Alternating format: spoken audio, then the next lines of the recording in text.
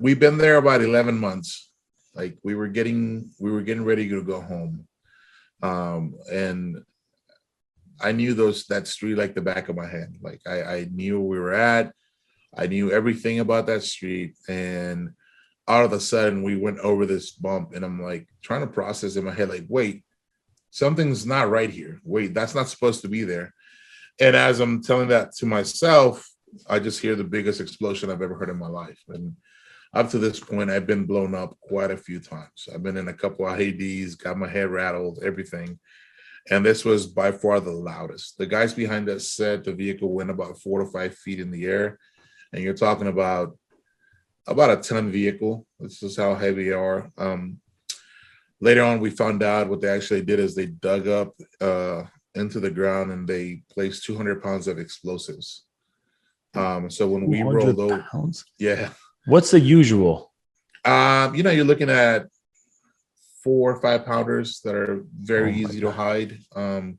This was something new that they were trying because they quickly realized that if they fought us head on, they weren't ready for it. I mean, every time we got in a firefight and we faced them face to face, we had zero casualties, and they had probably 95% casualties. Let's So go. they, yeah, so that, yeah, so they realized that they couldn't fight us head on, and they had to do the coward thing, and it was place IEDs. So they hit our vehicle. It goes up in the air, and we got lucky that everybody didn't die because they were supposed to hit it in the middle. As we rolled over it, they were going to detonate it in the middle, and that would have killed everybody in the vehicle. Well, it was a command detonation, meaning the guy had the trigger in his hand and was looking out a window. Um, and he panicked a little bit, and he actually hit it late. And when he hit it late, it hit the back of the vehicle. That's kind of what launched it up. Um, and there was 5 of us in the vehicle. And when that vehicle went up in the air and it came back down, as soon as the vehicle hit the ground, my legs gave out and I fell all the way into the vehicle into the right hand side. And when I did that, Specialist Nicholas Harkey from Indiana was there, and I fell on his lap, and I looked at him to make sure that he was okay. I was about to grab him and be like, "Hey, get out, get out!" And I looked into his eyes, man, and they were just white. He had been killed on impact. It was, I don't even think he felt it. It was done quick. And as that's happening, I kind of look over to my left and I see the doors open, and Catterton, which was one of the drivers, and Fleming was the passenger in the back seat. I saw them both jump out, and I remember it was everything went into slow motion, but it was fast. And I see them running on fire. They're both on fire, and they start rolling, and then I don't see them anymore. And in the front seat was Sergeant Campos, who, man, he was one of my best friends, man. We grew up in South Texas. He was like 2 towns over from where I grew up. So like the environment that we were both raised in was the same thing. We both came from immigrant families, grew up, in the poor neighborhood, kind of came out of it, did all that. And I remember having a really good connection with him. We were just super close. And he grabs me on the leg and he goes, "Get out, get out." And he himself couldn't get out because the vehicle was in fire and his equipment had burned into the actual seat, so he couldn't move. And I think he had some spinal injuries where, I think his legs were, um, I think he was paralyzed and he couldn't get out. So he's telling me to get out, get out. And man, I'll be honest with you, at that point, you quickly realize you're either going to come home alive or you don't. There's no in between. I never thought you can get injured and you come home and live somewhat of a normal life with injuries, right?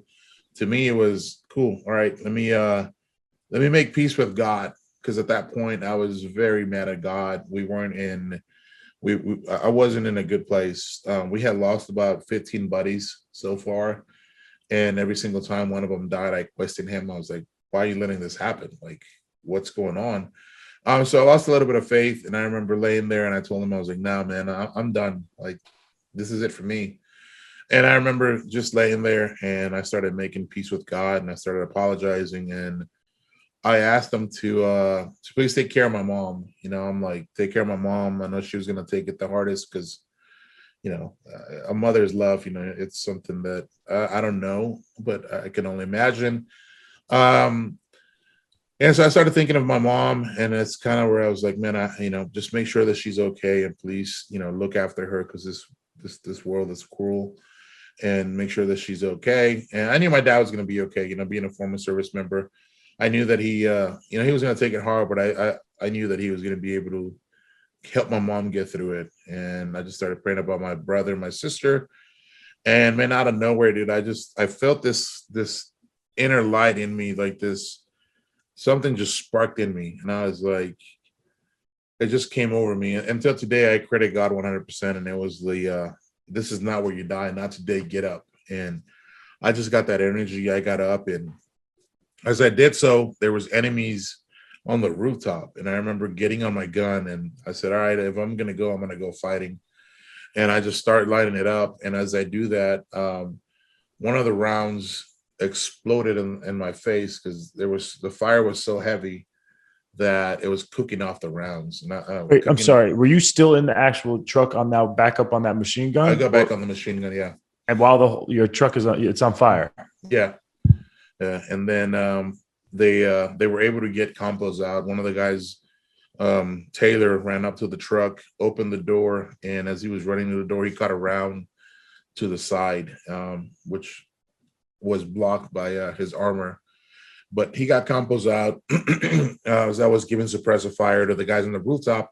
And as that's going on, the round blows up in my head. And at that point, I saw that he was out, and I was like, all right, I got to get out now. So as a gunner, you're taught to get out of the turret, get on top of it, jump on top of the engine, and then down, because it's about 6 feet high. Well, I got up there and I was like, oh, dang, I can't. And I have my M4 in my hand. I was like, I can't do this. Like, if I jump on the engine, I'm going to die because it was on fire. So I was just going to go straight with it. So your second option is to jump in the trunk and then down. But both sides were on fire. So at that point, I'm like, all right, I'm going to jump to the side. And it sounds like I had a lot of time, but it was quick. Everything I'm saying was super quick. So I jumped to the side, and when I jumped down, I was on fire. And so I jump and instantly break both my femurs. I mean, they just popped to the side. And I remember being on fire, and I'm like, oh, shit. So I do the whole stop, drop, and roll. I already dropped. I start doing the roll. And let me just tell you, that does not work. Oh, shoot. Nowadays, I was ready. Are you serious? I was ready to rely on that. It does not work, man. It does not work. But luckily for me, we had one of the guys run from the last vehicle with a fire extinguisher, and he's like, close your eyes. And I go, why? And then he just hits me and puts me out. And he's like, I'll be right back. I'm going to go get a medic. And I'm like, okay, go. As that's going on, I remember hearing 2 helicopters above me. And I'm like, holy crap, this is the fastest medical evacuation I have ever witnessed. I thought we were getting pulled out. What had happened was there was 2 Black Hawks in our area that were flying back home where they were from from the mission, and they saw the smoke coming out. So they came to check it out, and they saw that we were on the ground. So they established communications with the guys on the ground, told them what was going on. And as that's going on, I just feel bullets everywhere falling on me, like brass. And, I look up, and it was the helicopters were shooting. Well, there was about 45 insurgents coming our way with everything you can think of, RPGs, RPKs, AKs, everything. And these helicopters were at the right place at the right time and took them all out. Like, wow. Took them all out, which saved our lives, because with all that chaos and whatnot, I don't know what would have happened. So they take all these guys out. I'm laying there, and as I'm laying there, I remember I was like, man, I got to get away from the vehicle because I was so close. I could still feel it. So I pushed myself back. There was a door behind me, and I turn around and I take 3 shots at the door just to make sure that no one was coming from there. As I have my back to it, I see a little bit of movement on the rooftop, so I start shooting, and I finally run out of ammo. So I'm there, I just put the gun next to me. And I'm like, all right, this is it.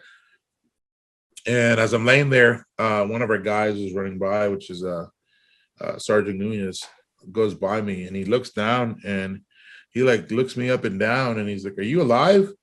And I just remember looking up and I'm like, "I think so."